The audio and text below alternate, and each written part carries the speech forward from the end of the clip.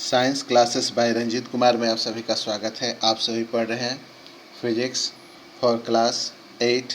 इसमें आपका जो पहला चैप्टर है फिजिक्स का वह है फोर्स, पुश और पुल। तो इसमें हम लोग पढ़ने वाले हैं 11.4 topic force can change state of motion. तो यह होता कैसे है कि फोर्स किसी के अवस्था को कैसे चेंज करता है। इसको आप ऐसे भी समझ सकते हैं, जब फोर्स किसी चीज़ पे अप्लाई किया जाता है तो फोर्स अप्लाई करने के बाद से कोई वस्तु ऑब्जेक्ट कोई अगर रेस्ट में है यानी स्थिर है तो उसमें अगर फोर्स अप्लाई कर देते हैं तो वो मूव करने लगता है। उसी तरह से कोई ऑब्जेक्ट मूव कर रहा है और उसको रोकना है तो हम लोग फोर्स अप्लाई करते हैं तो वो रुक भी जाता है। Let us now find out what happen a force act on object. तो हम लोग जानेंगे ऑब्जेक्ट पे फोर्स लगाते तो क्या होता है। यहाँ देखिए रबर बॉल है, देखिए रबर बॉल वाला ये फिगर दिखाई दे रहा है। तो एक rubber ball as and place it on the level surface such as a table top और a concert floor. Now gently push the ball along the level surface. Figure 11.6. Does the ball begin to push the ball again while it is still moving? Is there any change in its speed? Does it increase or decrease? Next, place your palm in front of the moving ball. Move your palm as soon as moving ball touches it. Does your palm apply a force on the ball? What happened to the speed of the ball now? Does it increase or decrease? What would happen if you let your palm hold the moving ball? ठीक है। The ball at rest began to move when a force is applied on it. देखिए एक ball रबड़ का लेना है activity करने के लिए और इसको टेबल टॉप पे रख देना है। नाउ जेंटली पुश, इसको आराम से पुश करना है, ठीक है, along with the level of surface, उसकी सतह पे। और उसके बाद अब क्या करना है, जब ये मूव करना शुरू कर दिया तब अब क्या करना है कि इस बॉल को स्टॉप करना है जब ये मूव कर रहा है तो। और इसको मूव करने के लिए अपने दूसरे हाथ का इस्तेमाल करते हैं या हम लोग फोर्स अप्लाई करते हैं तो यह जा कर के रुकता है, ठीक है। You might recall similar situation, for example why asking a penalty kick जो होता है इन फुटबॉल में, the player apply a force on the ball. Ball पे एक फोर्स लगाते हैं बिफोर बीइंग हिट, मैंने हिट करने से पहले। The ball was at rest and so its speed was zero. यानी बॉल जो है स्ट्रेट रहती है और उसका स्पीड क्या होता है, ज़ीरो होता है। The applied force make the ball move towards the goal. Suppose the goal keeper drives और jump up to save the goal. और मान लीजिए कि गोल कीपर जो है उस पर जंप करता है, जंप है ना, जंप करने के बाद से क्या करता है कि बॉल को वह स्टॉप कर देता है, ठीक है, सेव कर लेता है गोल होने से। By his action the goal keeper tries to apply a force on a moving ball. The ball applied by him can stop or deflect the ball. Ball उसके फोर्स अप्लाई करने पर या तो रुक जाती है नहीं तो डिफ्लेक्ट होती है और इस तरह से सेविंग अ गोल बिगिन स्कोर्ड।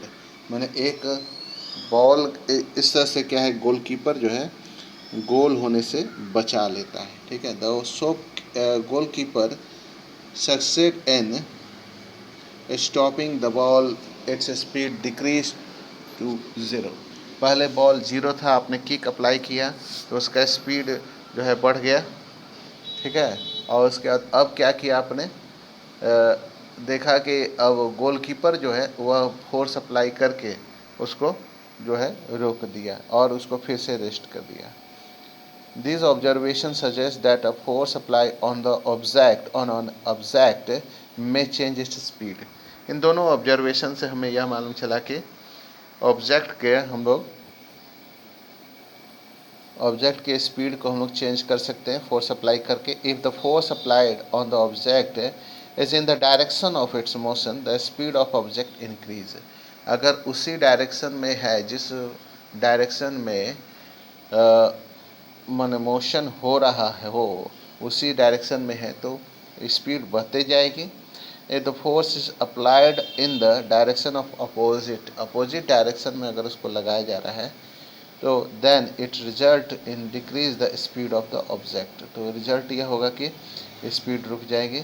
यहाँ देखिए यह आपका टायर को डंडे से मारा जा रहा है और उसी के मोशन के डायरेक्शन में ही फिर फोर्स लगाया जा रहा है। तो देख रहे हैं कि टायर कैसे मूव करता जा रहा है। ठीक है, चलिए उसके बाद हम लोग आगे देखते हैं।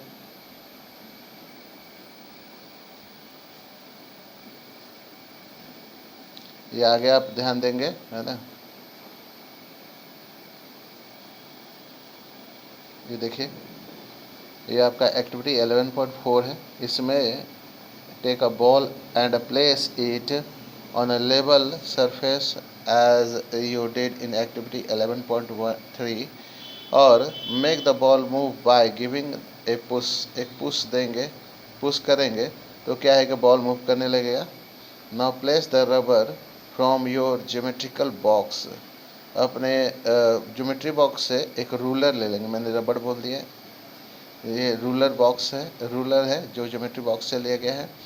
इन doing so you would apply a force. एक फोर्स अप्लाई करते हैं उससे मूविंग बॉल में। Does the ball continue to move the same direction after it strike the ruler. Repeat the activity. Try to obstacle the moving ball by placing the ruler such that it make the different angle to its path. In each case, note your observation about the direction of motion of the ball and after it strike the ruler. तो क्या है कि देखिए हम लोग एक हाथ से इसको पुश करते हैं और ये देखिए रूलर जो है इसके डायरेक्शन में इसको अप्लाई कर दिया। देखिए ये जो है रूलर अप्लाई कर देने पे इसकी डायरेक्शन जो है वह डिविएट हो गई, मुड़ गई, है ना। A ball set in motion by pushing it a level surface and देखिए बी कंडीशन में क्या किया, the direction of the ball after it strike in the ruler place इस पार्ट्स। ठीक है, चलिए let us consider some more example. इस तरह के बहुत सारे एग्जांपल्स हम पेश कर सकते हैं। जैसे वॉलीबॉल हुआ, वॉलीबॉल में भी आपका प्लेयर जो है पुश करता है ना, pushing the ball to their teammate, अपने प्लेयर की तरफ पुश करता है to make winning move. Winning move के लिए some time the ball is return, कभी कभी बॉल रिटर्न हो जाता है to the other side of court by pushing or smashing it. In cricket आप सभी खेलते ही होंगे।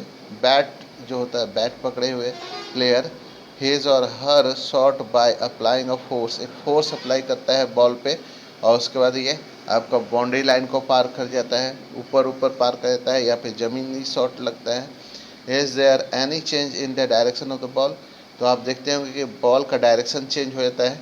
इन all these example the speed of direction of the moving ball change due to applying by the force. Force को apply करने पर direction जो है change होता है।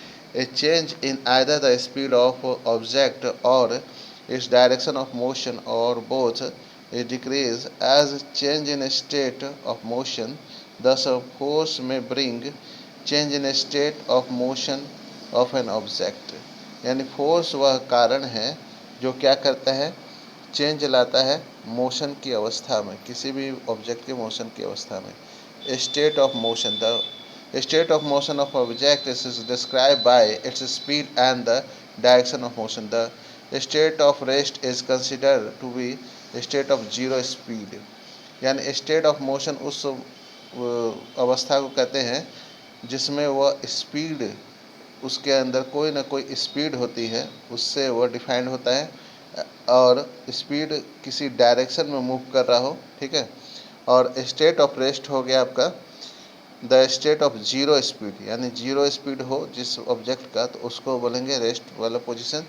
एन ऑब्जेक्ट में भी एट रेस्ट, कोई भी ऑब्जेक्ट या तो रेस्ट में होगा नहीं तो मोशन में होगा। बोथ स्टेट ऑफ मोशन, ठीक है, both are the states of motion.